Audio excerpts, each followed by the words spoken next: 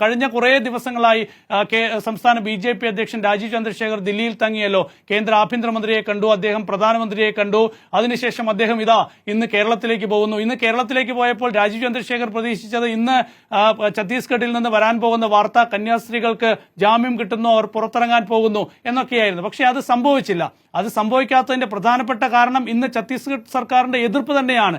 ഒരുപക്ഷെ ഇന്ന് ജാമ്യം നൽകുന്നതിൽ വിരോധമില്ല എന്നൊരു നിലപാട് ഒരുപക്ഷെ സ്വീകരിച്ചിരുന്നുവെങ്കിൽ ചിലപ്പോൾ ഇന്ന് തന്നെ കോടതിക്ക് തീരുമാനമെടുക്കാൻ കഴിയുമായിരുന്നു. പക്ഷേ ഇന്ന് വളരെ നിർണായകമായ ഒരു കൂടിക്കാഴ്ച ദില്ലിയിൽ നടന്നിട്ടുണ്ട്.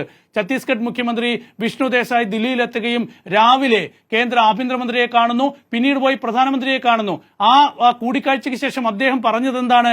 നിയമം നിയമത്തിന്റെ ജോലി ചെയ്യും, നിയമം നിയമത്തിന്റെ വഴിക്ക് പോകും. അതാണ് ഛത്തീസ്ഗഡ് മുഖ്യമന്ത്രി പറഞ്ഞത്. അതിനുശേഷം കാര്യങ്ങൾ മാറിമറിയുകയാണ്.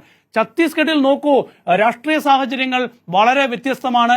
അവിടെ കന്യാസ്ത്രീകൾക്ക് ജാമ്യം കിട്ടുന്നതിനെ അനുകൂലിച്ച് BJP എന്തെങ്കിലും ഒരു നീക്കം നടത്തിയാൽ രാഷ്ട്രീയമായി അത് BJPക്ക് വലിയ പ്രഹരമാകും. ഇതൊരു വലിയ മുന്നറിയിപ്പ് തന്നെയാണ് ഛത്തീസ്ഗഡിൽ നിന്ന് നൽകുന്നത്.